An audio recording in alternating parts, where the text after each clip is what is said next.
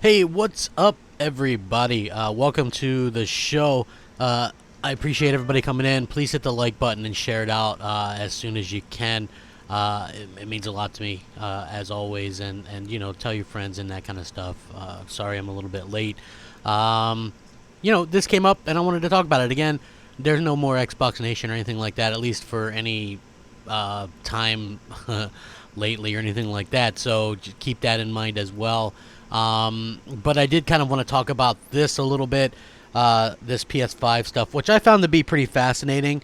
We're getting closer and closer to the point where the more legitimate stuff is going to come out, and that's the point of these things where I kind of enjoy talking about them a little bit more, and so that's what I want to do, and that's what I'm going to do. I'm going to talk about this, and again, very exciting stuff, I gotta say, And you know what? I will say that it makes me look right on more than one occasion. Like I can still remember, and I'm going to get into this in a little bit, but I'm going to let people filter in a little bit longer as well. Remember after E3 of this past E3, and everybody was like, and I was just mortified about how bad E3 was for Microsoft, but everybody was like trying to name all these exclusive games that Microsoft had, and they were listing all this stuff like Bleeding Edge, Flight Simulator, Blair Witch. And I was like, Blair Witch isn't going to be exclusive for very long. You know that, right? And like, people refuse to believe me. They're like, no, they say it's exclusive, and Microsoft said it's exclusive on their stage, so it's exclusive. And then when the game came out and was really, really just average and actually kind of bad, people didn't really say anything. You know what I mean? It was just like, oh, okay. Now when it comes out that the game is coming to PlayStation after only a couple of months being quote unquote exclusive to Xbox, everybody kind of shut up about it and says, no, I never said that. I never ever said that. Well, like sometimes people have to kind of live up to what they say. I sure as hell do, right?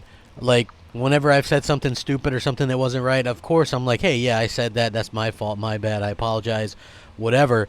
But when it comes to everybody else, people just, absolutely refuse to own up to anything that they actually did say, which I find to be a little bit hilarious. If you said it, you said it. If you touted that as some big Xbox exclusive, you did. A lot of people said that Bleeding Edge was going to be a AAA game.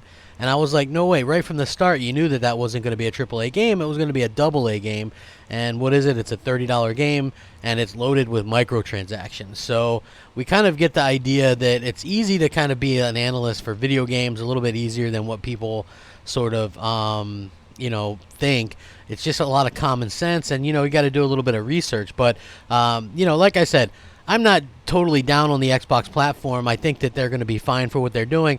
Are they going to be fine for what I want going into the future? That's the part that I really question, because, the Xbox that I really enjoyed, that's old school Xbox. And now, maybe these companies are all going to go the same route, but it does seem like Microsoft is more or less trying to push people to go into an ecosystem as opposed to kind of just going into, just, hey, buy our console because we're doing great console stuff. It seems like something else. So, again, this PS5 stuff, I'm going to talk about it right now. As you guys join in, if you're just joining me, thank you so much. Hit the like button, share it out. That's not to say I'll never do an Xbox Nation again or anything like that. Just I needed to take a little bit of break doing those late night podcasts and stuff like that. And as you guys know, currently dealing with like some injuries and stuff like that. It does sound like I'm over the sickness though, finally. So, hey, that's good news. I got kind of my radio voice back. Ladies and gentlemen, boys and girls, and children of all ages, welcome to the Crapgamer Review Show. We do this kind of regularly, a few times a week. So thank you for stopping by and showing your support. Hey. Anyway, again, anytime something leaks, you have to take it with a pinch of salt. But it looks like these might actually be the release price and the release date for the PlayStation 5.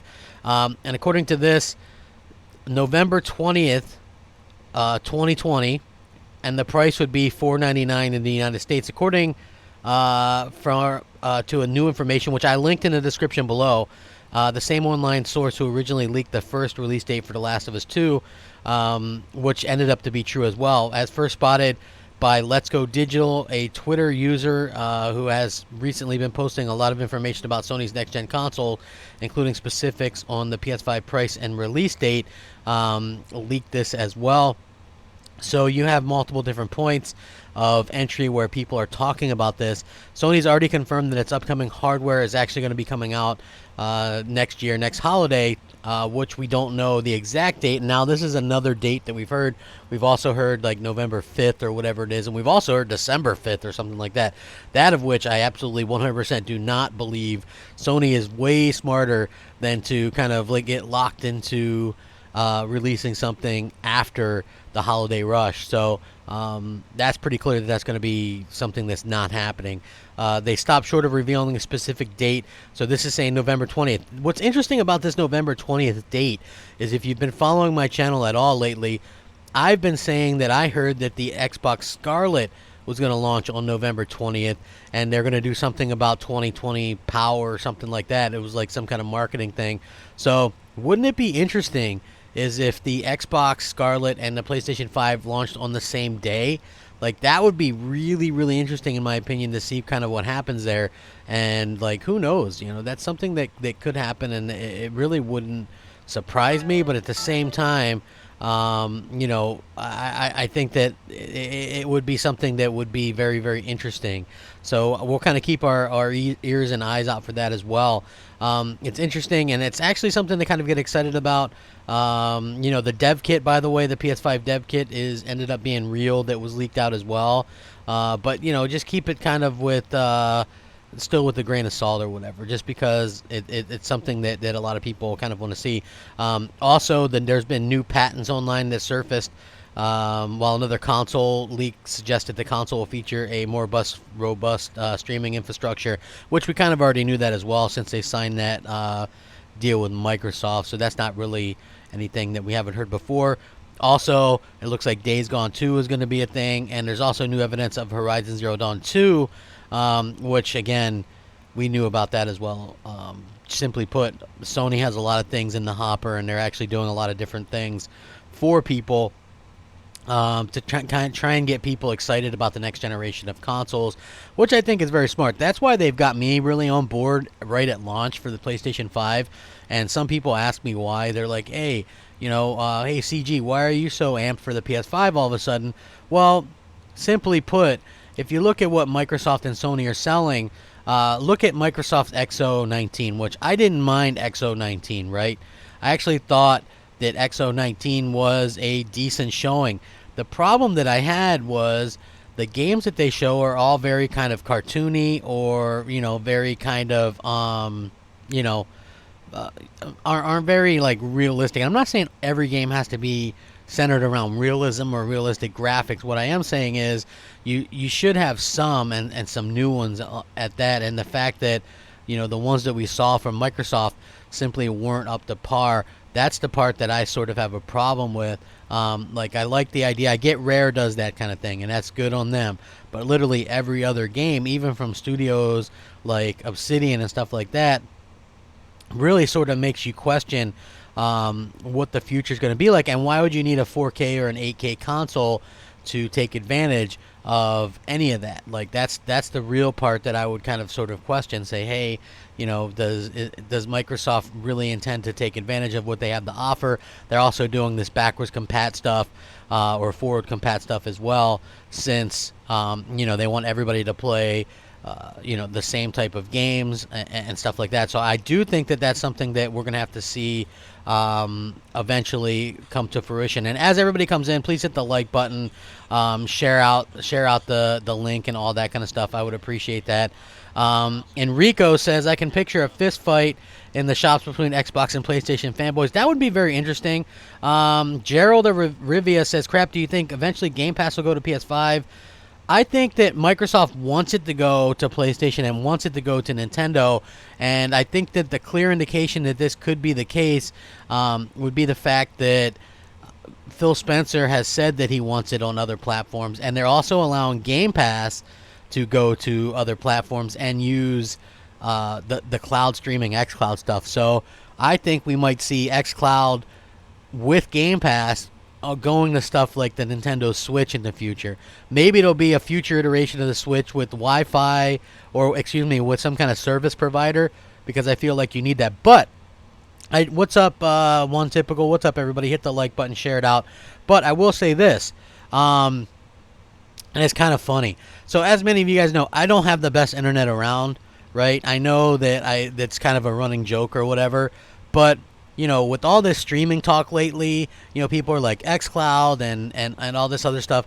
I actually got a chance to play a little bit with xCloud, and it went about as you would probably expect. I get that it's in beta form or whatever, but it's one of those things where they require a certain amount of latency, and I more than meet that actually. But for me, it just was not a very good experience. So I can already tell you that there's no way that those type of things are for me. And if you look at a lot of the Stadia reviews, a lot of them are saying the same thing. It's like 4G is not enough to run these things on a phone. Even the Wi-Fi sometimes isn't good enough. And I think that that's going to be a real problem kind of going forward with a lot of these things. So hopefully everybody can kind of, agree on that much anyway. It's hard to say, hey, yeah, I really hope that something fails. But I feel like streaming is something that these companies want and not for our benefit. If the only benefit you can think of is, hey, Xbox or excuse me, is that you don't need to download anything and there's no prep time to start. Well, the news that came out today was PlayStation is really banking next generation of the PS5 on that platform as well. Like they're saying PS5, no load times, no install time, start your games right away, this kind of stuff. So I do think that that's cutting into what Stadia and these other companies do. And not only is it cutting into Stadia and what these other companies do, but it's also allowing for a much better picture and a much better response time and things like that. I think that, whenever you see the reviews for these things, people are always going, well, I played this game or I played that game, and, the single-player game was okay. Well, you would notice input lag a little bit less on a single-player game as opposed to a multiplayer game where you're having to deal with multiple different things. So if you don't really know what's going on with, say, a streaming service, I'll give you a quick view. If you're kind of wondering or a little bit in the dark, I'll give you an example of what's going on. So imagine you're playing a game with a controller and there's an input device, and the game is actually playing, hundreds or even thousands of miles away in Microsoft's case, like xCloud. These games are being played on an Xbox One S at these data centers that Microsoft has hundreds of miles away. So you would have an input device and you push a button and then it sends that prompt all the way those hundreds of miles away to that data center, and then it reacts in that Xbox One S and the movement happens, and then the information comes back to your screen and does it. There's no way for that to ever be 100% accurate, just because you always have to go through the online. And even in some of the reviews for Stadia, you saw people saying, I have a gig download or whatever and 500 up. That's incredible. And I still had problems, or it had pixelation or whatever. Like, who wants to be playing a game? And I know this for a fact, right? Because I have 30 down, which I know sounds bad to a lot of you, but it's not terrible, to be honest with you, compared to what I've had most of my life. My gaming life, I had 12 megabytes down or less. So it's more than doubled in that time. I never actually get 30, mind you. Usually it's in the 22, 24, somewhere around that a bit. And then at night, like the kids are streaming Netflix or whatever, you get 10 or 12 or something like that. But the main point is that this stuff happens. And not only that, but Stadia, they're already saying, takes so much more bandwidth than what they were even initially saying just for even a 1080p stream. So I think we're going to be seeing a lot of kickback and a lot of problems with internet service provider as this kind of goes along. And I think that's something that people are going to kind of have to come to deal with as well. Dual Purpose says they crapped on PS Now streaming. Meanwhile, xCloud sucks, and so does Stadia. I saw this coming from this, and streaming just can't be smooth overall. Yeah, you know what? Again, these are stuff that these companies want to do. I actually, they want us to not own this stuff. They want us to not be able to have, ownership of our games. They want us to not have, any kind of preservation of games or mods or anything like that. This is stuff that they want. One typical says Mooch damage controller in Stadia. Yeah, it's a problem. What's up, Squeamish Cub? I appreciate you stopping by. Ice Queen Gaming. Sorry you got a headache, but I'm glad you're still playing games. Yeah, you know what? I do sound much better, on my dog crap channel, my dying platform or whatever. But as long as I got some kind of platform, I'm going to still do a little something. I got some ideas, like it's easy to fall into a depression because I can't move around much right now. Things like my ankle and my knee are getting better, but it's like you try staying in pretty much one room for 17 straight days or 18 straight days and then tell me how you feel. You know what I mean? It's like, and sometimes like early on the pain was so much, like the painkillers and stuff doesn't even cut it. It's like you just kind of are shaking from the pain and stuff like that, and I have a little bit of a high tolerance from that stuff. So yeah, I mean, I got all these plans and ideas, and hopefully I can save my channel and do a little bit more stuff with cameras and stuff like that. But it's just going to take a little bit of time. I'm hoping to kind of hold on until after the new year, and if that happens, then I think I'll be in a much better spot. As you guys get in here, please hit the like button. Let's get up over 100 as quickly as possible. I would appreciate that as well. Enrico says ownership is king. I agree 100%. Hold on, I saw something funny. Retro Gamer Fan says Gears 5 didn't make the list for Game of the Year. Yeah, listen, I'm going to talk about that as well. So again, listen, I I guess I used to kind of really kind of be upset by this stuff, back in the day, right? And then there comes a point, and this is not a knock on, well, I guess maybe it is a little bit of knock on Microsoft, but I feel like they deserve a little bit of a knock, right? At the end of the day, they're the ones that failed the consumers this generation. And, if you don't come out with games that are of quality, then I feel like that's on them. Now, for me personally, they've come out with a few decent games this generation, right? I'm not going to lie and pretend like I haven't enjoyed some of their games because I clearly have. Now, the one thing that I hate is when people will throw up like a review that I did at that time and go, well, look how much you like this game then. And I'll go, well, you know what? That's then, man. Like 3 years ago or 4 years ago or 5 years ago. Like I liked Rise, Son of Rome. I mean, I don't think it was a great world-changing game, but I thought it had potential, and I thought that it was a fun game and a good story.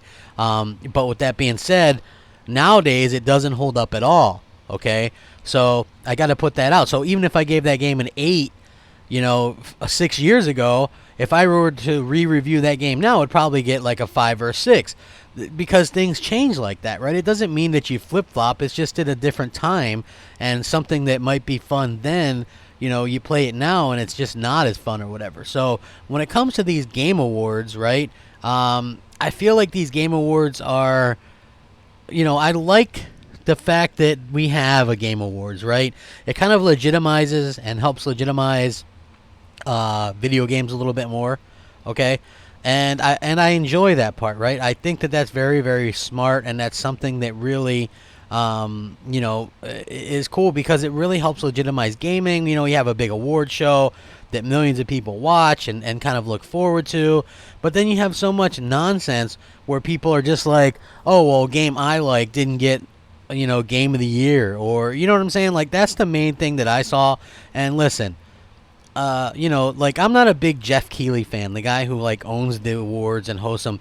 But I will say this guy has absolutely zero to do with the nominations. He's not a person that actually picks what games are what, right? There's an 80-person panel, and they list the panel, so it's not hidden. So they list the it's media, right? It's all media, and they list all 80 of these people on their thing, and then they let fans vote, and that takes up a portion of it as well. I voted, by the way, I voted Death Stranding as Game of the Year. Very, very, very unique game. I just feel like it's one of the more unique games that we've ever seen, and I just feel like it's deserving. I do feel like it's been a little bit of a lackluster year overall for games, but I feel like that game in particular kind of has what it takes or whatever. So, I definitely, that's where I put mine. And I think it was up for 9 or 10 different awards, which is a huge amount, and deservedly so. I thought they did a really good job with it. A lot of people were pissed off because Gears of War 5 didn't make the cut in the Game of the Year category, right? It was, these other games, and I told people, I was like, listen, Gears of War hasn't been a Game of the Year contender for this entire generation. We've had a couple of average Gears games. It used to be a perennial Game of the Year contender and a 90-plus rated game, and now it's just like a low 80s rated game. I'm not saying it's bad. I'm just saying, these games didn't used to have like all these microtransactions. And if you look at the games that are really up for awards, they're not these games that are loaded with transactions the way that you would think they were. But the more surprising thing that I saw was, not only was Gears of War 5 not in Game of the Year categories, but it also failed to reach the multiplayer Game of the Year category. Like it wasn't in there at all, which was a bit surprising. But then when you see that a game like Tetris was, you start to kind of go, okay, like I hope that like this is a situation that Microsoft, if they're smart, would really, really look into it and go, hey, what did we do to mess up this, and what can we do to fix it? And I think the clear answer is, you got so many damn microtransactions. You're charging people for animations in your $60 game. Now, I get that people don't have to pay $60 for it. You paid $1 for it, right? I get it. But at the end of the day, as long as that's still a game that has the option to be bought, they should treat it like a full-price premium game. Okay? It shouldn't be getting this microtransaction after microtransaction thing that they have, and that's, I think, a big problem. And I think that this also has something to do with the way that these companies are definitely treating these, and that the reviewers are treating them. So I would keep that in mind as well going forward. I feel like, people just want to fanboy and go, oh, well, I'm an Xbox fan and I thought Gears was good. Well, I bet you the people that thought Gears was good, played it through the campaign and then never went back. Okay? Like, they aren't even really Gears fans.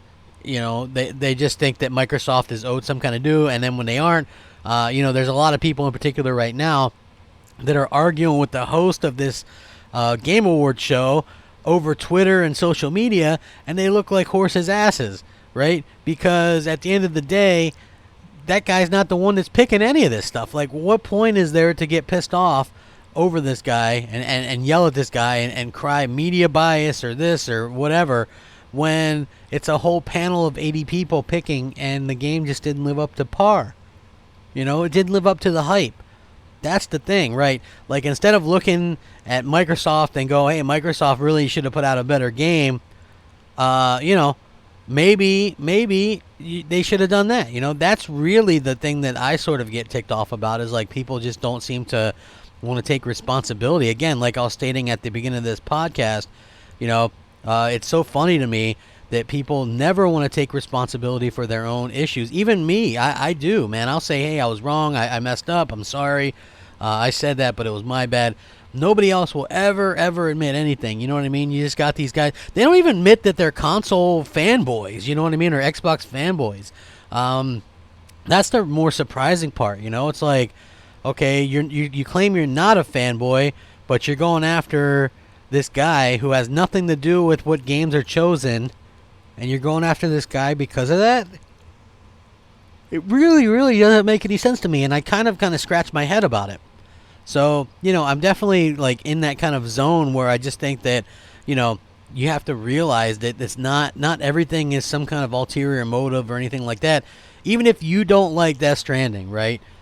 That game had, 19 perfect scores, more than any other game that's on the list, right? So it's hard to really kind of to knock the game or go, oh, the game didn't deserve it or whatever. Like, it's artwork. I think people, generally, either you get it or you don't. But I feel like it was a pretty good game. And I mean, I'm not done with it yet, but I just feel like it was good enough and unique enough to warrant getting that nod. So I do kind of like that, and I think that people that are kind of knocking this either didn't try it or they're just Xbox fanboys or something, and they don't want to give Sony props, because I said all along that this game would definitely be a game that got nominated for Game of the Year, and it's something that that happened. Like Kojima does that, and I also think that maybe if they reviewed this game, possibly before, or I mean after other people were playing it, that maybe it would have done a little bit better as well, because at the end of the day, it's kind of this world that's kind of connected, and how you can play that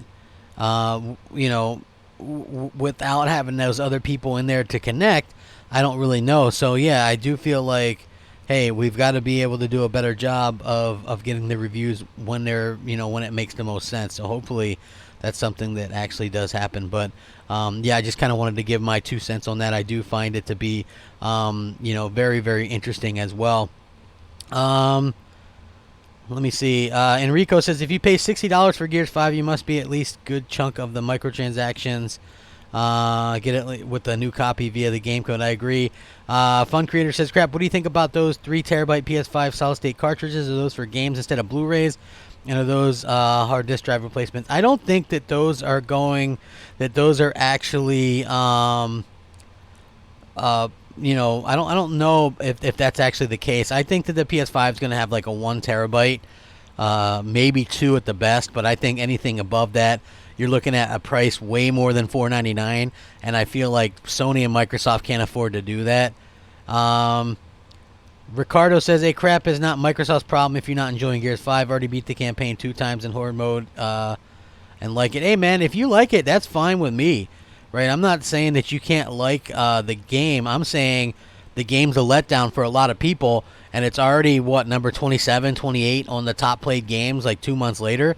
So I think that's a huge problem. And the fact is, when you go to the forums and the hardcore fan base, they kind of turn their back on this game because of what's going on.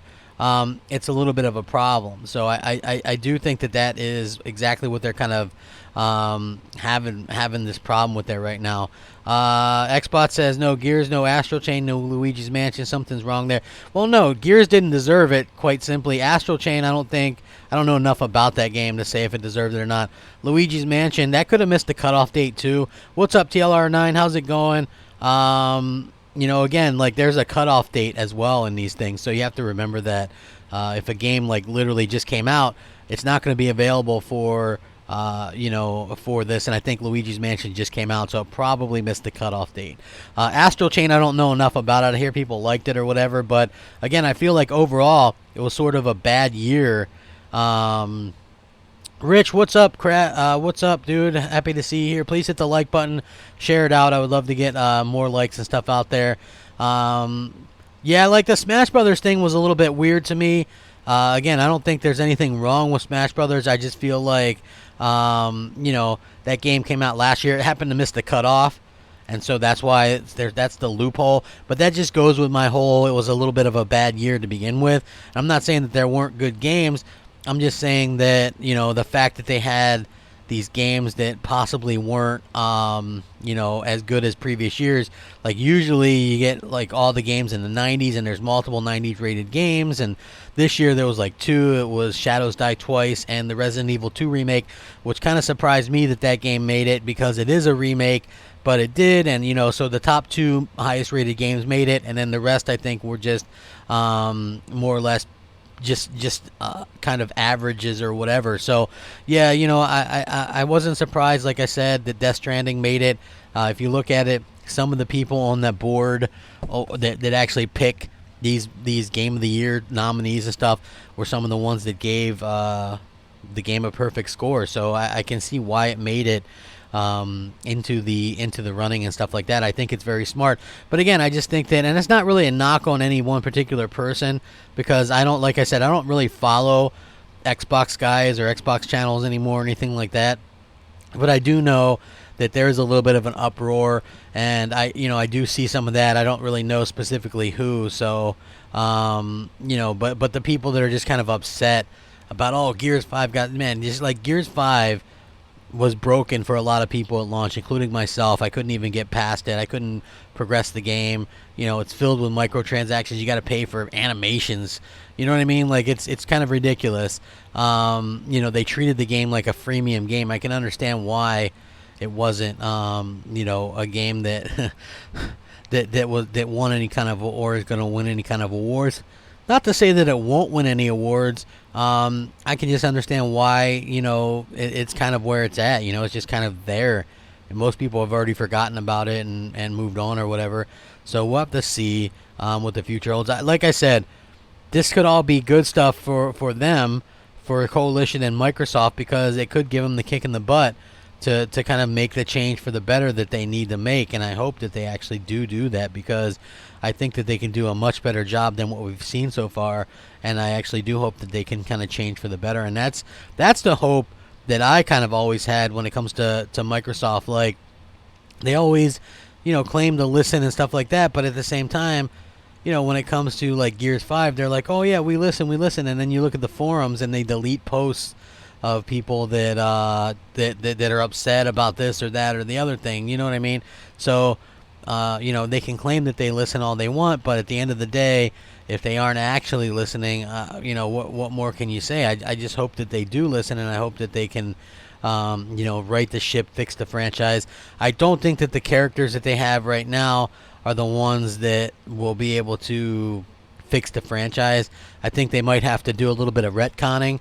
I know that it ended at that the last game ended on a cliffhanger or whatever, but I just feel like it's a waste of time to do another game with those characters. I would just go back, take to the events after Gears 3, figure out how to clone Dom, or maybe he survived that or something, and, you know, completely erase those future characters or whatever, because I just feel like they aren't exactly, you know, up to snuff with what we're used to with the older characters and stuff like that. So I really do. That's how I think about it anyway. You know, I think that, you know, I understand what they tried to do with like Gears 5 and Gears 6. I just don't think that they pulled it off. You know, I think that it was kind of, you know, just a bit of a, you know, rough around the edges and stuff like that. You know, like you have to give your fans, you know, and you know, and I hope that they do actually listen and kind of pay attention. And if they pay attention, I feel like they'll be fine. If they don't, then they'll just repeat the same mistakes over and over again. And that's what we don't want them to do, right? Like, you can do better than that. They can be better than that. And I feel like they possibly could do something that would surprise us as fans still. You know what I mean? I'm not totally giving up on, you know, I'm not totally giving up on them, but I do think that it's getting to a point where, you know, they have to do something to, you know, to fix the ship, to right the ship or whatever. And that's really what I'm hoping for anyway, is that they can do that and get something coming for, you know, for all the fans and stuff like that. That's what we all want. And I think that that's what people will probably respond to. You know, there's plenty of time to fix the wrongs and stuff like that. So hopefully they can, and I'm hoping that they actually get a chance to do something a little bit different with Gears of War and make it a great franchise again. Do you guys wonder, like, look, there's been just as many Gears of War or about there as much as God of War, but God of War has exploded and become even more popular than it ever has. You know, where if you look at, you know, Gears has kind of gone down, and then it's kind of like the same thing. If you look at what's going on with, like, say, Halo or whatever, that the popularity to that has completely fallen off, and maybe the next one will be good, but I feel like you have to do a much better job than what they've been able to accomplish so far.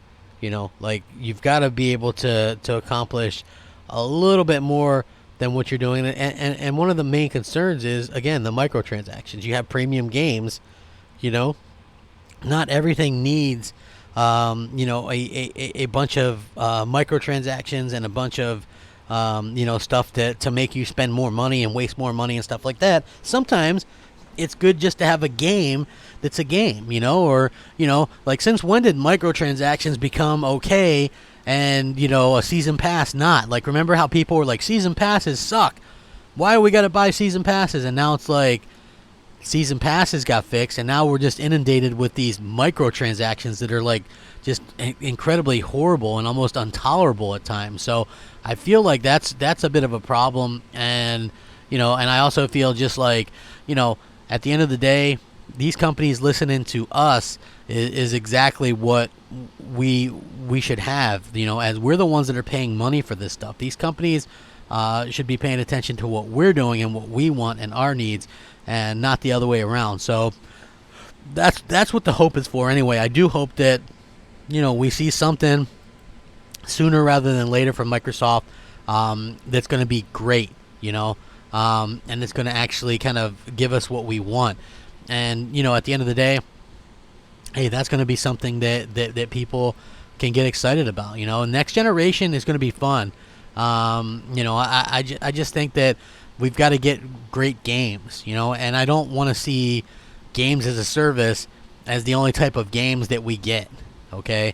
Like, something inside me tells me if Outer Worlds, and I don't like Outer Worlds, to be clear. Like, I haven't downloaded it. It's not my type of game. It scored well. It's actually in the running for Game of the Year. It's not going to win, but it is cool that it's, and a lot of people look at that as a win for Microsoft. I don't look at that as a win for Microsoft. And the main reason I don't is because that game was well in development before Microsoft bought them. And not only was it well in development before Microsoft bought them, but it's, you know, it's a game that I'm not even sure Microsoft would have allowed to be published if they, you know, like on their own. And before you jump on me and go, well, why is that? Well, there's no microtransactions in it, and there's no online in it. So why would Microsoft allow something like that to be published? That's why I think their next RPG or whatever is going to have online and microtransactions, and I think their next Fable game is going to have online and microtransactions, just because everything they do seems to have that. So, you know, I do feel like that's a bit of a problem kind of going forward or whatever. Hey, we got over 200 people watching. Please hit the like button, share it out. I appreciate it. Rich says, crap, do you think the PS5 leak about the price at $500 is true? I do. I think, you know, $499 is a fairly good price, and I feel like that's a really, really good price to go into next generation with what these consoles are supposed to do. So I think that the $500 price tag is something you can bank on. I wouldn't say anything higher than that, and I still think $500 is a hell of a price tag, but I think that's what it's going to be going into it. Zero Games for me says Xbox's focus isn't on buying Xbox Game Pass filler. I can agree with that. Good Apollo says Halo and Gears are our generational games. They are relics to the younger crowd and won't ever be big like they were back in the day. I hear you, but I feel like if Microsoft did them well and changed them well and did a good enough job with changing these things out, that they could be big again, right? Like I said, I could look at, you know, Uncharted 4. That game sold, what, 20 million copies or 17 million copies? You know, that's literally the fourth installment. So I don't see why games can't continue to grow and get bigger, but you have to not, like, I like the way that Sony has handled that game and that franchises and most of their franchises, in that most of them were sort of put out there and you have enough time to breathe and enough other things around it to let your game breathe, right? And I get in this argument sometimes with people as well, where people go, hold on, I saw something funny. Squeamish says, hey, crap, how is Mooch liking Stadia? He hasn't played it. I think his got delivered today, and so I think he's going to play it tonight. But no matter if it's good or not, I feel like he's going to say that it's good or whatever. Hey, we're closing in on 100 likes. Please hit the like button. Share out the video. I would appreciate it. Again, I have a good time with these videos, and it's always fun to kind of shoot the breeze and talk with you guys and just kind of have fun. You know, and this is nothing different from that. I again, there's not really any more Xbox Nation. Not to say that there will never be. Maybe at the beginning of the year I can change some things around or whatever. But you know, at the same time, I just needed a little bit of break from it, and I've cut back drastically on the amount of videos that I do and stuff like that. So, just one of those things for me personally where I was like having some problems, and and still am. I think we all go through different things that sort of take up our time or whatever, or just different things. So it's just one of those things. By the way, so I was reading this as well. Stadia will destroy your data cap, uses over 7 gigs per hour at 1080p and much more than that at 4K. So imagine that, 7 gigs per hour.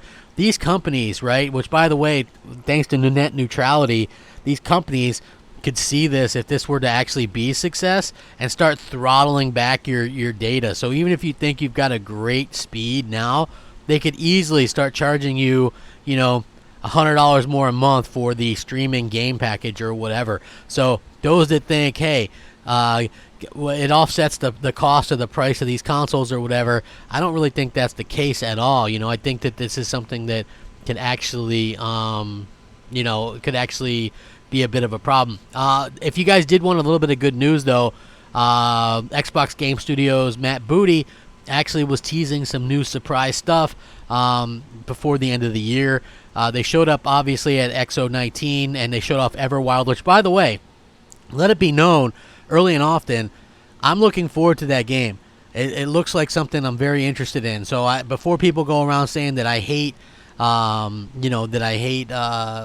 Rare or whatever, that's not the case. Rare is Rare, man. They do a certain type of game, and I will never knock their graphical art style or their art style because they've been doing it for so long. So I'm never going to knock that. I think that that's really, really good, and and I'm looking forward to hearing more on that.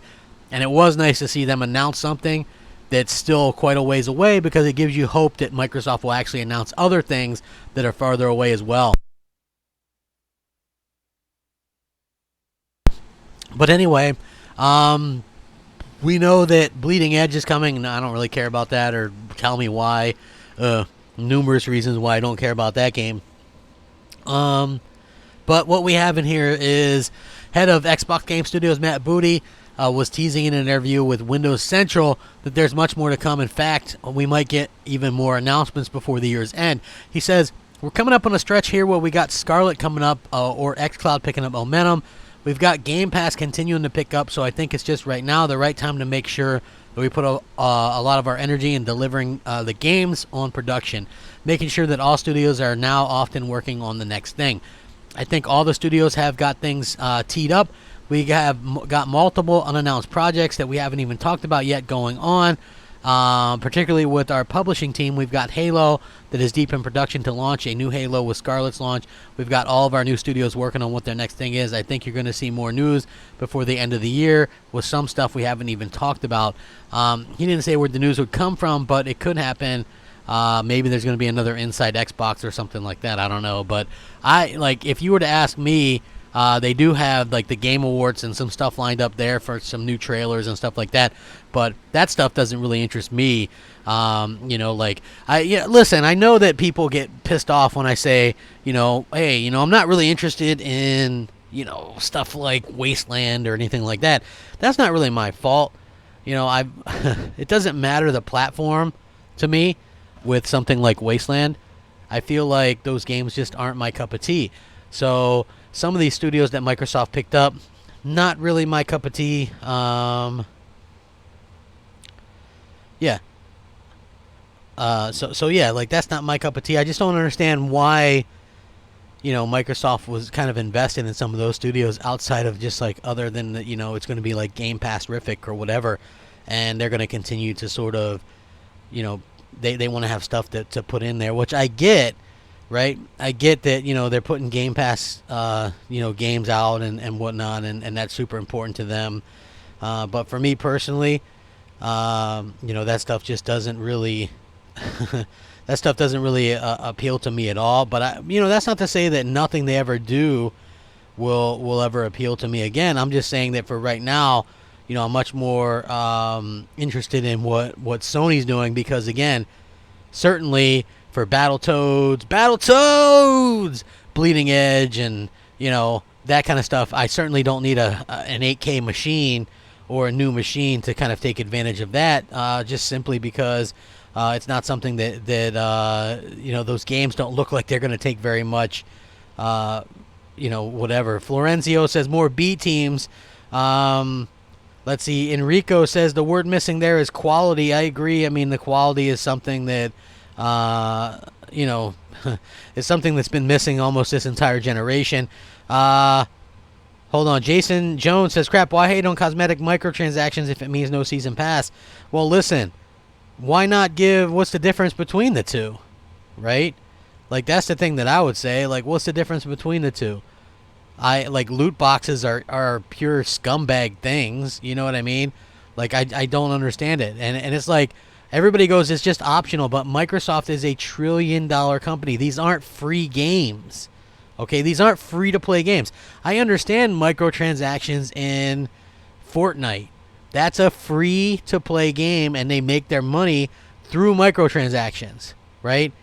Gears of War is still a $60 game. Whether or not you paid $1 for it or not is irrelevant. As long as they're still selling these games for $60 and $30 a pop, they're not free games. They shouldn't have things that you buy like you would a free game. I'm tired of the options argument because I still think it's just a scumbag move on Microsoft's part. Top Dog says Gears 5 had a game-breaking bugs that required a hardware reboot. Even more than that, to be honest with you. I had many problems with that game, and you know, it was just something that sort of was a bit of a letdown over time. You know, and unfortunately, I couldn't even beat the game. I couldn't progress. I got sick of waiting. I got tired of waiting. And, you know, and it was just a problem. Mogwai says, crap, will Microsoft devs ever learn to use anything other than Unity and Unreal Engine 4? I don't know. Like, I don't mind Unreal Engine 4. But I do think that, you know, that it would be nice to see them use other stuff. I would rather... Unity Engine sucks. Like, there's no doubt about it. How am I liking Star Wars? You know what? I really like it. Here's the thing. I'm only a few hours into it, and granted, I'm not playing on like the super hardest mode or anything like that, and everybody's like, you're going to hate it, crap. It's like Dark Souls. It's like Dark Souls. And what I can say is this. Like the stormtroopers and stuff, I just walk right through those guys. They're simple. So, you know, it is what it is. And then there's like the boss fights where you got to just block and parry and move. It's like any other boss. I don't understand why people are like, it's like Dark Souls. It's like Dark Souls. To the best of my knowledge, right? And oh, by the way, if you die to a boss fight, you spawn right there and do it again. Okay? To the best of my knowledge, in a game like Dark Souls, you know, you get slapped and you basically can lose out on a full day's progress and all your stuff, right? Like, that's the difference. I feel like, you know, like, so I don't think it's anything like Dark Souls just because you, like, it's just, you know, they got boss fights and you got to learn what they're doing. So I don't really think that it's like Dark Souls at all. You know, I'm having a blast with it, and I hate Dark Souls. So, I wouldn't be taken in for that kind of discussion if people are like, hey, it's like Dark Souls. It's really, really good. And it looks really, really good as well. So, Star Wars Episode 9 is coming out in the next few weeks. Rumor is it's horrible, even worse than Last Jedi. Well, Last Jedi doesn't exist, so I don't know what you're talking about. Dog of War says, I didn't experience the game-breaking pugs people were talking about in State of Decay 2, Days Gone, or Gears 5. I guess I just got lucky. Well, I guess you did, right? Like, Days Gone, there was a couple of little bugs that I ran into, but it was nothing where I couldn't progress. Gears 5, I got stuck. Jack wouldn't follow me. I absolutely couldn't progress. And then State of Decay 2 was just bad, right? Like, you spawn in floors and stuff like that. And I even posted out screenshots of that stuff. Like, when we tried to play it, you know, it just was not a fun game. Really let down by that game. Snake says, no need to play on hard mode. There's no achievement for it. Yeah, I agree with that. There's no achievement for it. And not only that, I'm more interested in the story since it's canon, right? It's really just kind of ties in with a lot of other stuff. There's Easter eggs in it. There's all kinds of cool stuff in it. That's what I'm interested in.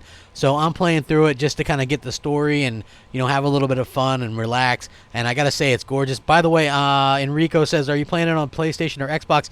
I'm playing it on Xbox. It was game gifted to me on Xbox. One of the few things that I absolutely love about Xbox is that you can get game gifts and stuff like that. Obviously, with being kind of laid up for 3 weeks now almost, I haven't been able to work, so that kind of sucks. And when you don't work, you don't make money. And in fact, I lose money because other people have to take my place.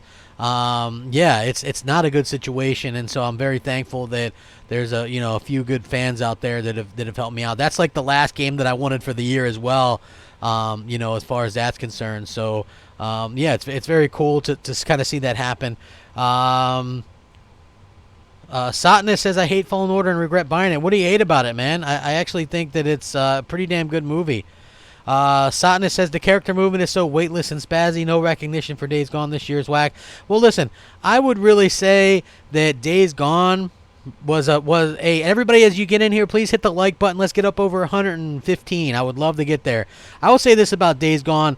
Sony kind of screwed themselves with that game, right? And what I mean by that is,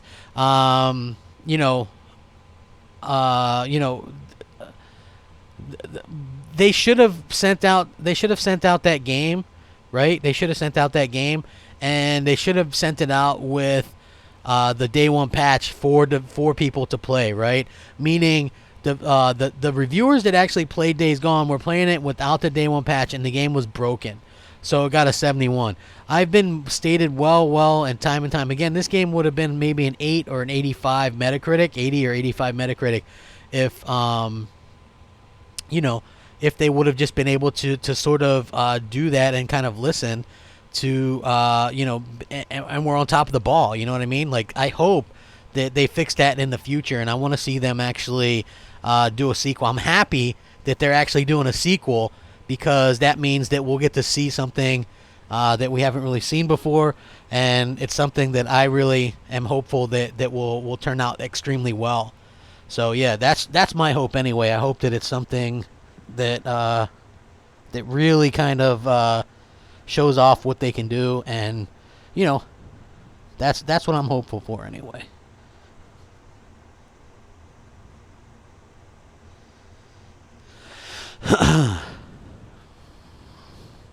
Let's see. What other questions do we have here? I'm going to answer some more questions. I got some more stuff I want to talk about too, so hit the like button. Get it out there. Snake says, Star Wars didn't look that good to me, but then it blew my freaking mind. Yeah, it's really, really good. It's really, really good. Well, $500 is going to be the price. People are just going to have to deal with that. Unfortunately, the solid state drives are still expensive. That's why I still think we're going to get stuck with the 90 or the 1 terabyte stuff. I think that's just what we're going to be stuck with, simply for the fact that it's expensive tech still. Like, I know people will go, oh well, they buy it in bulk, and that much is is true, but it's like, it's still expensive, It's still very expensive stuff, so it's going to be hard to kind of look at it and go, oh well, what's going to come, and are they going to fix this? Are they going to do that? And I actually do hope that that it's something that they can get really, really close, as cheap as possible. But you don't want to sacrifice performance either, right? You don't want to sacrifice performance, and you don't want to sacrifice your frame rate and stuff like that. I think console gamers are I think console gamers are finally kind of coming up to snuff with they want the frame rate and the steady frame rates and stuff like that. So I would love to see more games like do the 60 frame thing, because it's such a smooth experience. And what I mean by that is this: 60 frames on a game like Rage 2, even though that's kind of an average game, makes it a much more fun and smooth experience to play. Okay, so even though it's average, it's still much smoother and much more fun, and I think that that's something that a lot of people can kind of get next to or whatever. So that's what I'm talking about, right? So I hope that we can continue to do something like that. And what's funny to me is, like, I had this article, and if I was doing Xbox Nation, this would be something I'd be talking about, because Phil Spencer is always kind of talking. Like when he does E3, you know, talk, interview. He's always doing these interviews and these talks and stuff like that. And so it's super interesting to me when he talks about stuff and like kind of admits that they screwed up. And so I like hearing that. And this is a little bit more of that. There was this interview that he did with Xbox in the UK, and he talked about the future of the brand going forward. And he also mentioned that there's areas where there needs to be more attention going into the future, including like gaming and more focus for like RPGs and stuff like that. And he says one of the things that I'm really proud of that I see now is how RPGs are stepping up for us. Back in the day when I think Mass Effect 1, which I worked on, Jade Empire, Fable, I remember we stacked out RPGs as something that was important. And he continued that while shooters have been going strong, the team intends to focus more on delivering role-playing games in the future. He says, obviously, first-person and third-person shooters have been strong, but it's nice with Outer Worlds coming out. Wasteland, I think RPG is an area that we purposely focused on and wanted to do more. But it's also, as we're watching Xbox Game Pass grow and grow, we're seeing more genres enter. And whether it's genres that used to be popular and coming back, or creators trying new things because they have an audience, that's always there. They can think how to deliver stories to people, but I do think RPG is an area that we should focus, and I think XO will be fun around that news as well. The output of RPG games on Xbox One has been low, obviously, since the release in 2013. And even though he talks about Wasteland 3 and Outer Worlds, those are both multiplats. They're on PS4 as well. So you got to kind of keep that in mind as well, is like Phil Spencer talks up games even if they aren't exclusive. Maybe the next ones will, but I don't think that there's a lot of console gamers that are going to be like, oh my gosh, Wasteland 3. You know, like I could be wrong, but honestly, I mean, I played Wasteland 2, and, you know, the couple hours that I put into it were just excruciatingly bad. You know, it's not my type of... I think those are more aimed at PC gamers, and so that's just not something that I'm really into. So I hope that they can really kind of, you know, come out with something great, something that does...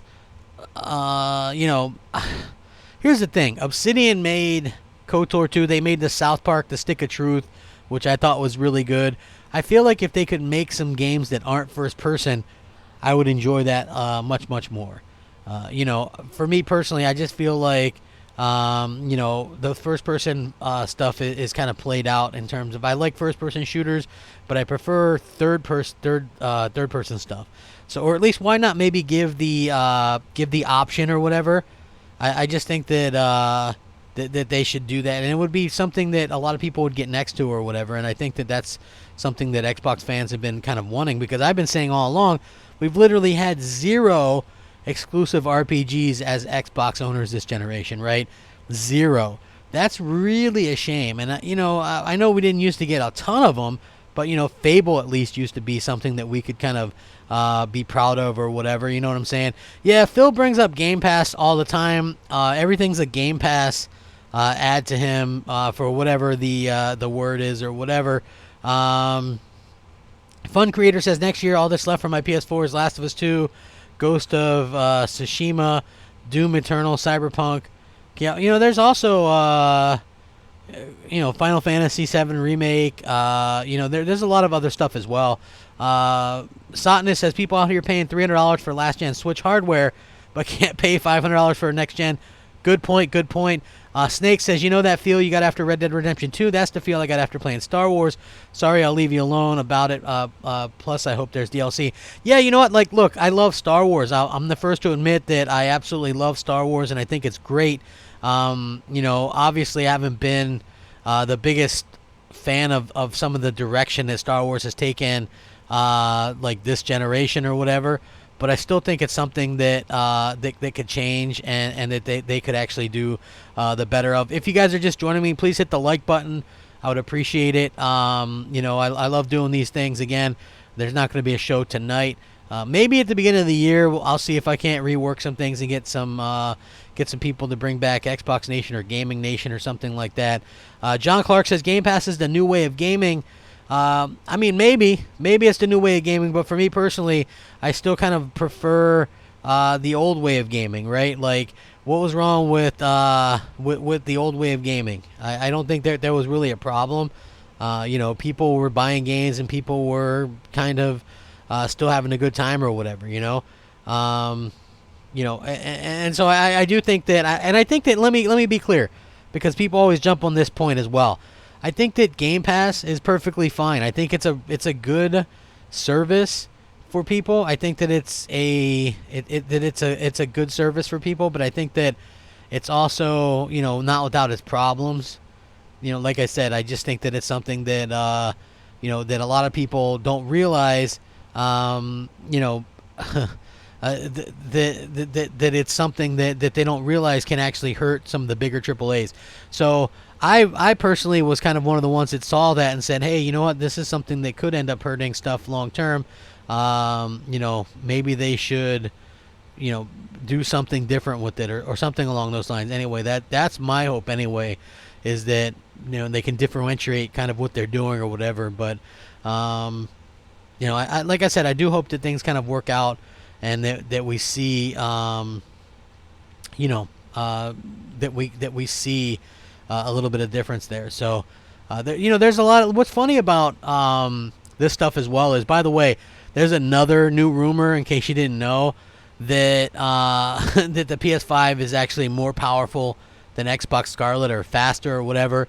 But some of the people that are saying this on like Reset Era and whatnot are the same kind of people that are saying, well, the Scarlet can maybe catch up when it's a little bit more mature, because there was also that news story that broke that Microsoft wasn't exactly up to snuff with talking to developers and giving them the more mature kits and things like that. So that would be a problem, and then hopefully Microsoft can continue to get it. I still think, in my heart of hearts, that Microsoft is actually going to have a more powerful console.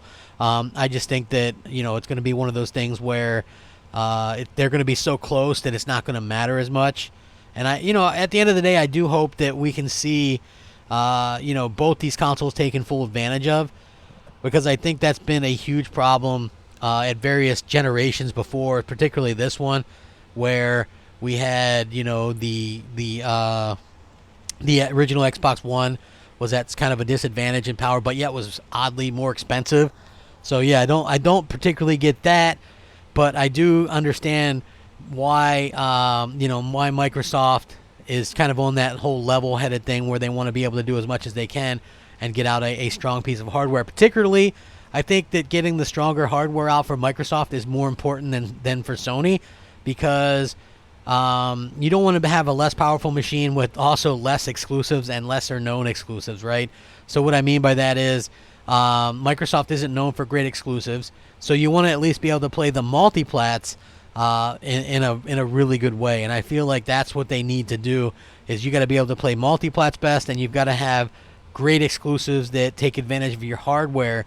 And maybe Microsoft can do it. Maybe that's something Microsoft can pull off. I'm hopeful at the end of the day that they can do that, and I think that they will. Will it matter? Not unless they can get some incredible looking games out in the meantime as well, because as we all know as gamers, it's that what really makes the most of the consoles and stuff like that. Let me see. Crap, what Fun Creator says, crap, and what name do you predict for the Xbox Scarlet? Is going to be 720 or Xbox Infinity or Johansson? I don't know yet. I'm asking around. We'll have to see. We'll have to see what comes out. I think that I've asked, like I said, I've asked around the same people who I got the Xbox One X name from. Nothing apparently is set in stone so far, but we'll see. Let's see. You guys can ask some questions. Please hit the like button. I appreciate it. Coming in late in the afternoon, starting from the beginning. See you in 1 hour future. Thanks, General Thadape. I appreciate it. Dual Purpose says barely. The focus using console base to parlay to Xbox Game Pass and xCloud. Use PC players to parlay to Xbox Game Cloud. Use mobile adopters.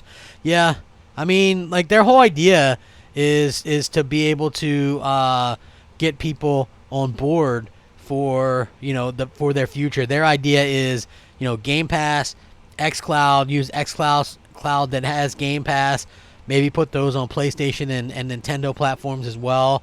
I think that's what people are going to do. So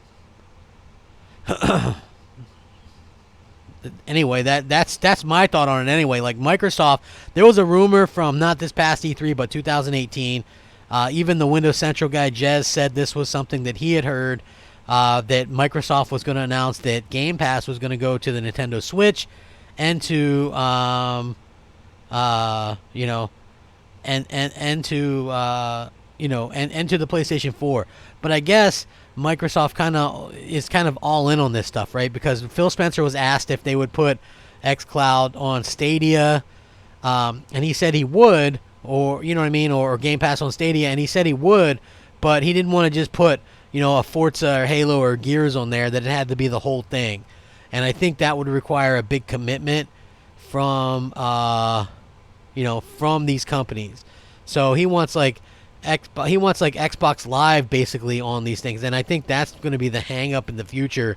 What are they going to be able to do? What are they going to be able to accomplish? And that's the part that I think that is going to be most troubling to be able to get these on there. I think the Switch is going to be one that actually gets it first, because I think they have kind of an understanding. They have kind of a lackluster online as it is, and I just feel like with their lackluster online, they don't really care as much. So, you know, it's going to be easier for Microsoft to have, even if you play like Cuphead or Minecraft on the Nintendo Switch, you get achievements on your Xbox Live account, and I think Nintendo wouldn't have as much of a problem with allowing Xbox Live to be kind of running things there in the background, whereas PlayStation obviously has PSN and all that kind of other stuff, and Stadia has their own back end and whatnot. So I think that's something where, you know, where we see the difference come into play, where these companies maybe would want to play nice. Plus, I don't think Jim Ryan from Sony would actually be that big on allowing, you know, Xbox games on, on his platform. I think he's a little bit more of a stickler, the old school kind of mentality and things like that. So that's kind of how I look at things anyway. And, I know I'm not the only one. I'm not saying that I'm not even against it, but I'm just saying that, that's just one of the things that I kind of look into. Oh, so something that people were talking about, and this came out yesterday, is the mysterious cartridge patent is looking more and more likely to be a modular solid-state storage drive for the PS5. So this is something that a lot of people were kind of talking about. Earlier in the month, there was a patent in Brazil for a cartridge device of some sort. It resembles an old-school game cartridge, something that you plug into your Vita, for instance, but its real purpose kind of remained unclear. And then last week, the tech site Let's Go Digital created 3D renders of this device, and they deduced that the cartridge could be used as extra solid-state drive storage for use with the PlayStation 5.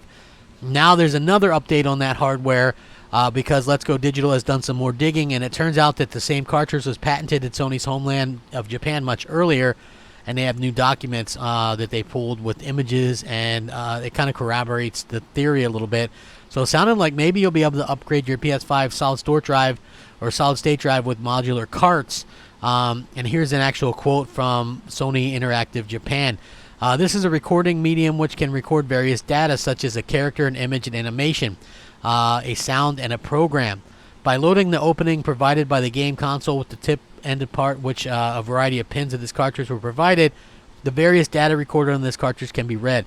So this could actually, I hope, be exactly what I was talking about, where you're not going to have any wait times or load times and stuff like that, where you could just, like, this thing might actually be able to let you start your game while things install in the background, and it could be something that, that could actually help.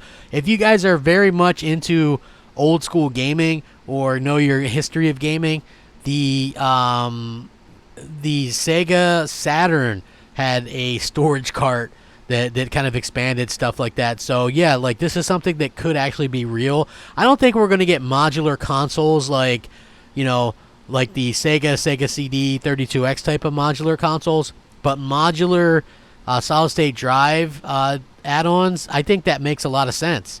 In other words, these cartridges are actually built for storage data, and it seems more than likely you'll be able to plug one of these into your PS5 in order to expand the system's total storage capacity, which sounds a lot easier than replacing a built-in solid-state drive. As Let's Go Digital points out, the advantage of this for Sony, if true, will be that it can reduce the cost of the PS5 itself with a smaller amount of system storage.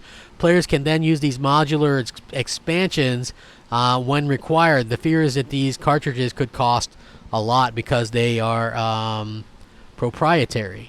So it sounds like it's going to be the real deal. A lot of these leaks and stuff that comes out late or, currently with how these things are going tend to be more legitimate than some of the ones that we've heard in the past or whatever. But I think solid-state drive gaming makes a lot of sense. Now True says Crap uses his laptop more than his PS4. I don't have a laptop. I actually don't own a laptop at all, but I am downloading Shenmue 3 as we speak on my PS4, so we'll see how that works out. I'm looking forward to kind of diving into that and hoping they can bring back some nostalgia and stuff like that. Hold on, dual purposes, they already debunked the cartridge rumor. It's for a Sony toy called Tuyo. Oh, okay. Well, that's going to be interesting. Chris Jones says Google Stadia, he calls it Stadium, is getting torn to pieces. Yeah, listen, Google Stadia was never going to be anything good. I've said this multiple times before. Google Stadia is, it's not going to be something that's going to be for the average. I'm not sure who the hell Google Stadia was for, and that's I think the big problem. Like, I don't know who that was supposed to be for, and at the end of the day, I think that's really a big problem. Like who is that for? Like, a lot of people are like, oh well, you could take your gaming on the go. And I get that, right? But a lot of the reviews were saying that 4G isn't good enough to take it on the go. So yeah, I just think that's a bit of a problem. Just in my opinion anyway. I'm not saying that it's bad or anything like that or terrible, but I've always been against it because I like game preservation and I like game ownership. And even though game ownership is kind of sketchy as it is, I can still play, like, if I have an Xbox 360 or whatever, and I'm not connected to the internet and I've got a hard disk game, I can still play that as long as I have a working Xbox 360. So that's the point that I was kind of talking about, saying, hey, this is what I like to do. If people like to mod games or what have you, you also have the choice to play used games or trade with somebody or let somebody borrow a game. As with like this kind of stuff, there is none of that option.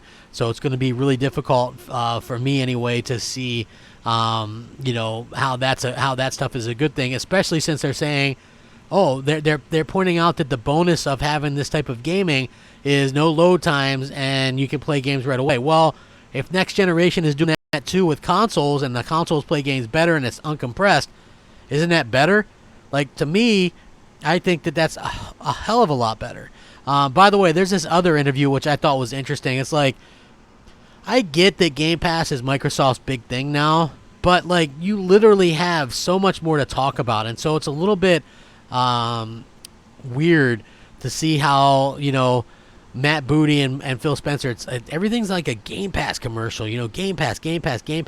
I get it. We all get it. Things are evolving. Game Pass is this thing that Microsoft is pushing out.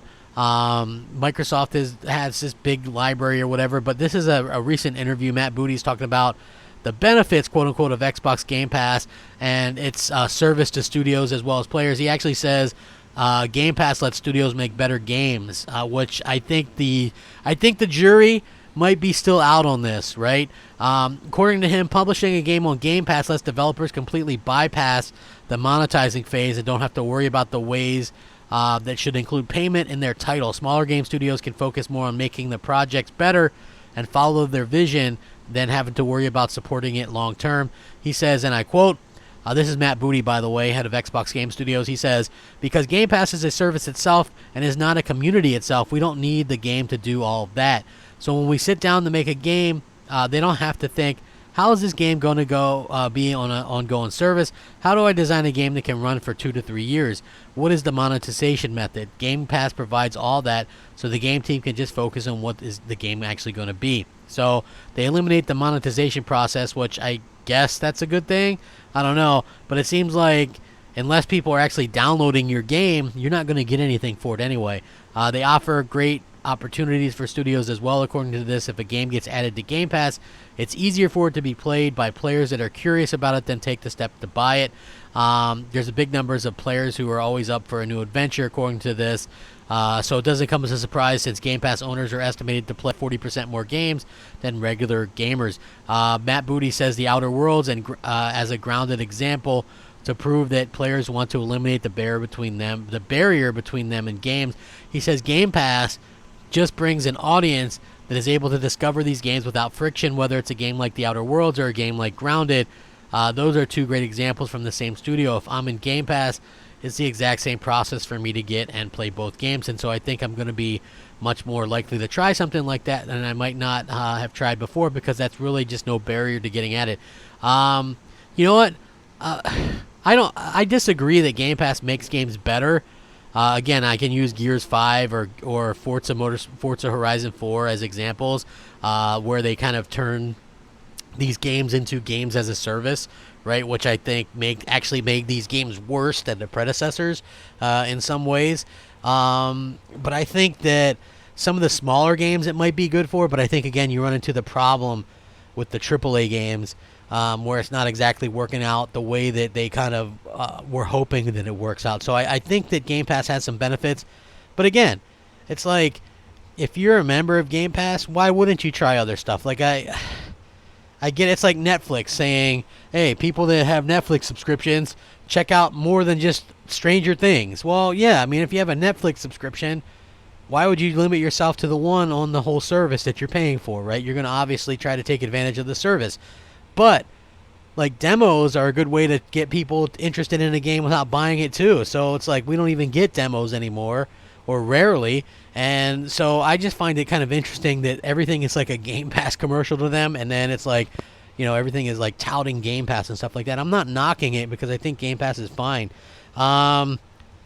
Raphael says, that's what scares me with next generation systems. Just a few months ago, there was outrage on Optimum Cable, and there was no Wi-Fi. Yeah, it could be. Peter says, shout out to Crap from Uganda, East Africa. No one ever talks about how services like Game Pass makes games more affordable to market that have been ignored in the past, like Africa. It's a win for us. Hey, man, I'm good. I'm glad that it works out well for you. I think that there is definitely an audience for Game Pass. It's not really me, per se, simply because, like, a lot of the games on there are old or I have no interest in to begin with, or indies. But, yeah, you know, and I definitely see a value there for a certain type of gamer. Dog of War says, I think it's pretty obvious that Game Pass promotes quantity over quality, which is why Microsoft put a bunch of small studios to pump out games for it. I agree as well. Peter Parker says, if you only have Game Pass, what use is your console next gen? I have no idea. Kurdish Gamer says PS5 will win over Xbox Scarlet. I think PS5 will win as well. Let's see. 1985 says, do you think devs will focus on graphics more than loading and frame rate like every new gen before? I think developers are going to actually worry about things like graphics and frame rate, and then the other stuff is going to take care of itself thanks to like the solid state drives and stuff like that. So I think that we're going to be good no matter what. If you guys are just joining me, please hit the like button. I really appreciate it. Dominic Thornborough says Mooch is not going to be happy if Stadia fails.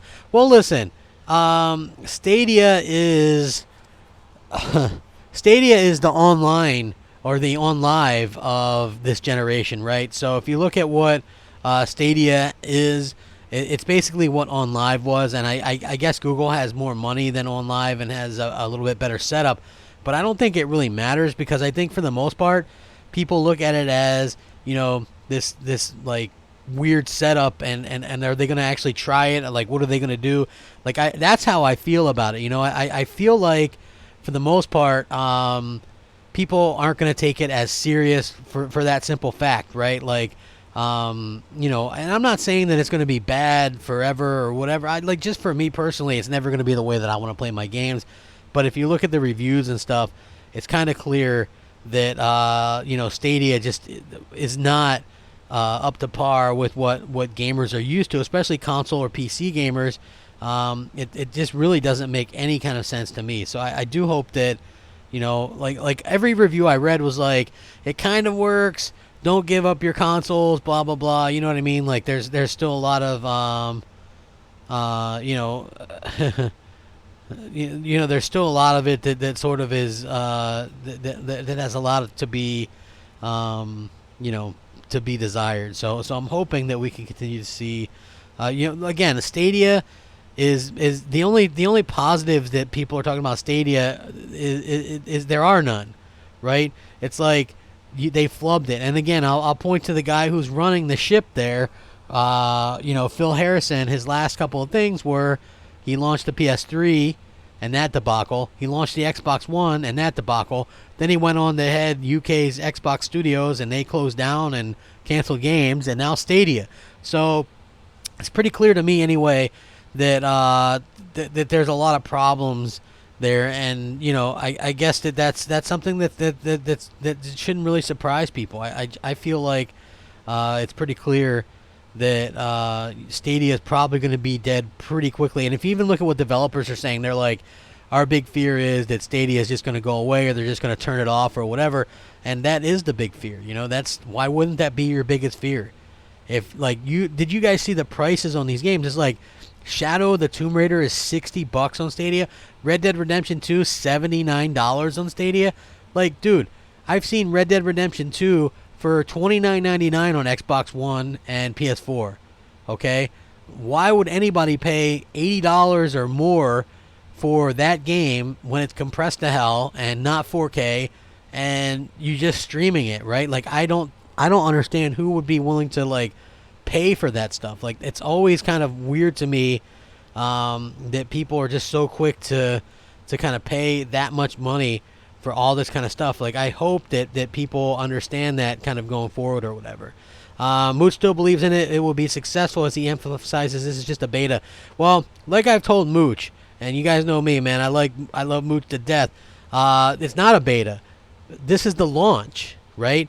And it's such an understated launch and such a bad launch with such few games and stuff like that. It's leaving a bad taste in people's mouth, all right? And people already had that initial PlayStation Now taste in their mouth that was really bad, and had a lot of latency, and also the on-live stuff. So people are already skeptical of this type of technology, and for it to, you know, for the technology to still kind of be suffering or whatever, like, so people are going to see that it doesn't work right or how it's intended, that it's actually going to end up hurting xCloud as well, because people just aren't going to want to try it. They're just going to assume all this stuff is the same. And I mean, for the most part, it is. It's like you playing a game hundreds of miles away, right? Imagine having a controller that had a cord that's hundreds of miles long, and the actual system is, you know, hundreds of miles away. Like, that's going to be, you know, a bit of a problem, and there's not really a way to fix the problem, is the main thing. So that's what people kind of have to worry about as well. You know, just in my my humble opinion anyway. You know what I mean? Again, I just think that it's very interesting to see how it goes. Dual Purpose says, I'm telling you, the corporate initiative at Microsoft is genius. The actual Xbox console owners are championing the service. They are perfectly parlaying a Game Pass xCloud once the OBJ sub goal is attained. Well, we'll have to see. Phil Harrison says, yeah, you know best, except you forget the beta test. Sure, I can surf on the net, but I can't find my gaming friends. How to Kill Your Brand song. I love that song. Dude, that was funny as hell. Like, listen, it's hard to say because I don't really wish anything to fail per se. I just think that it's like interesting to me that so many things are failing and so many things are just kind of just like wilting and you know what I mean? Just like, I'm kind of torn because I don't want to be that guy that's kind of a dick and goes, oh, I hope this fails. But at the same time, I don't want to see the things that I love, like the console gaming, kind of fall apart and us just be stuck with like streaming and stuff. Like, I hope that that's not the case. I hope that we can continue to get some really good consoles for a long time to come. You know, that's always my kind of hope as well. Jerome says $129 entry for new tech. I mean, you still have to pay a monthly fee to that as well. I mean, you get an Xbox One S for $150 this Black Friday, and a PS4 for $150. I mean, I think that's an incredible price for local hardware as well, and you can actually play and buy used games, and you're not subject to kind of these outlandish prices. Just my opinion anyway. Hold on, dual purposes. So there will be a limit to any ambitious Xbox games, if any at all, outside of the regular Gears, Halo, Forza, Fable. I'm not sure about the limit. I'm just not sure exactly what's going to be. What's actually going to happen, because Microsoft again are kind of, they change what they want to do in their plan. It seems like very, very often. So we need to see how things can change for them and how things can actually continue to grow for them in the long term. I feel like if they actually had great exclusives, right, that would solve a lot of their problems. But I'm not sure that they're interested in quote unquote great exclusives. I feel like they're more or less interested in kind of just having these games where they can make microtransactions and stuff like that. If you look at how they originally were, they were talking about sales and stuff like that, and then Phil came out and said, well, sales aren't important, it's really the monthly active users, etc., etc., and now that's not important either. So, I just feel like that's something that, people have to kind of come to terms with, is that Microsoft changes what they think a lot, and they change what they want a lot. I just, just unfortunately, I think that getting their butt kicked so badly by Sony has kind of affected them in so many different ways. It's going to be very interesting to see how that kind of changes next generation, and if it does, or even if it can change, right? That's something that I think people are going to have to realize. Is this something that Microsoft is ever going to get over? This might be, if you look at the whooping that Sony put Microsoft through this generation, it was one for the ages, right? Microsoft pivoted and had to put their games on everything and come out with Game Pass and put everything day and date. They panicked, and they really were the ones that put them in a rough position, and I still think that that's going to affect them sort of long term or whatever, and we'll have to see how that works out. But I just think that really Sony did such a number. Do you guys remember? Maybe you guys are football fans, okay? And as you guys know, I'm a big Ravens fan and stuff like that. But I've been following football since I was, I think, probably 6 years old.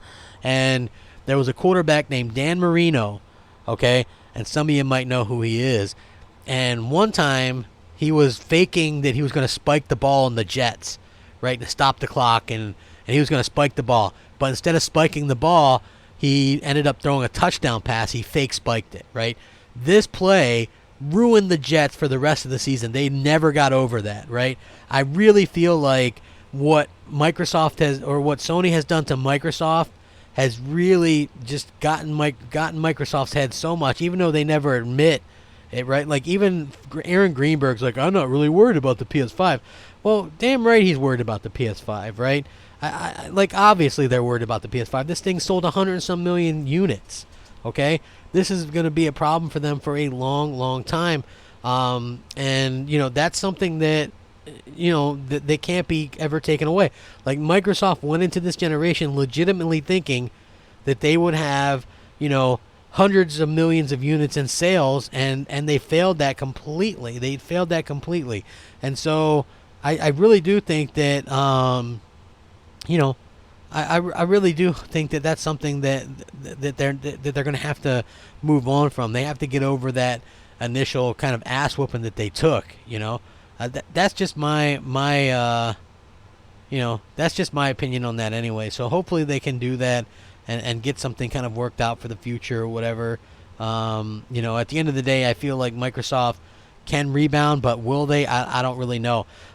T-Rock, he says, it seems to me that Microsoft is going family friendly with their platform. I think they're going to let Sony and third party do the mature photorealistic games. I hope not.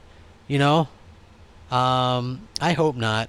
I hope that they actually go out and go all out. Listen, a reason why I'm getting a PS5 at launch and not a Scarlet is because I know God of War is going to be this photorealistic game that takes advantage of their platform, and Horizon Zero Dawn, and the next Uncharted, or if they do SOCOM or what have you, or Spider-Man, they're going to take full advantage of the hardware.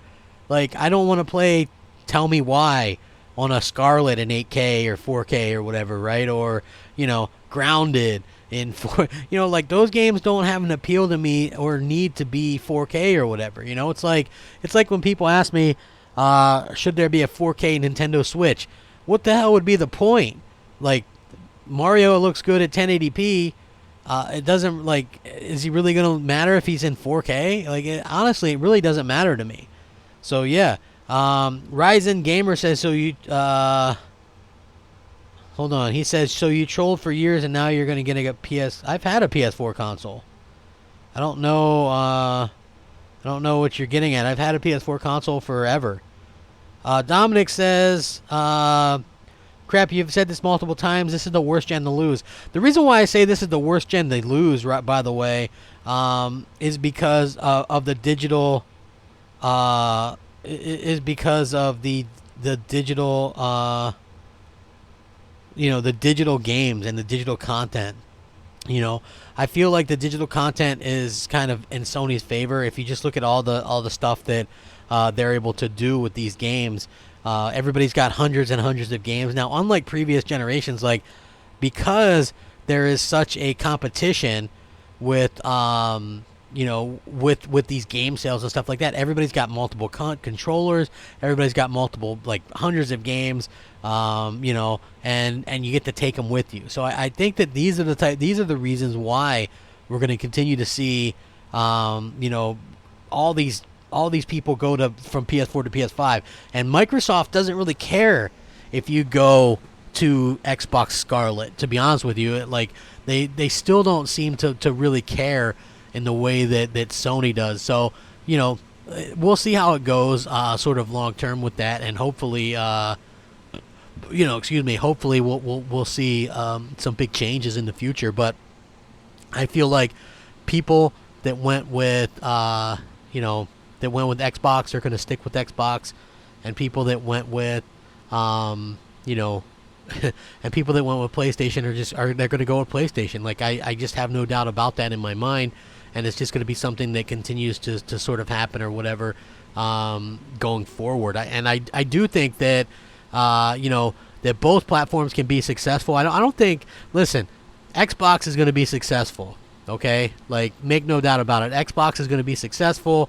People are going to like Game Pass. They're going to use Game Pass. They're going to whatever it is that they're going to do. People are going to use this, right? They're going to like it. They're going to use it. I think it's going to be fine.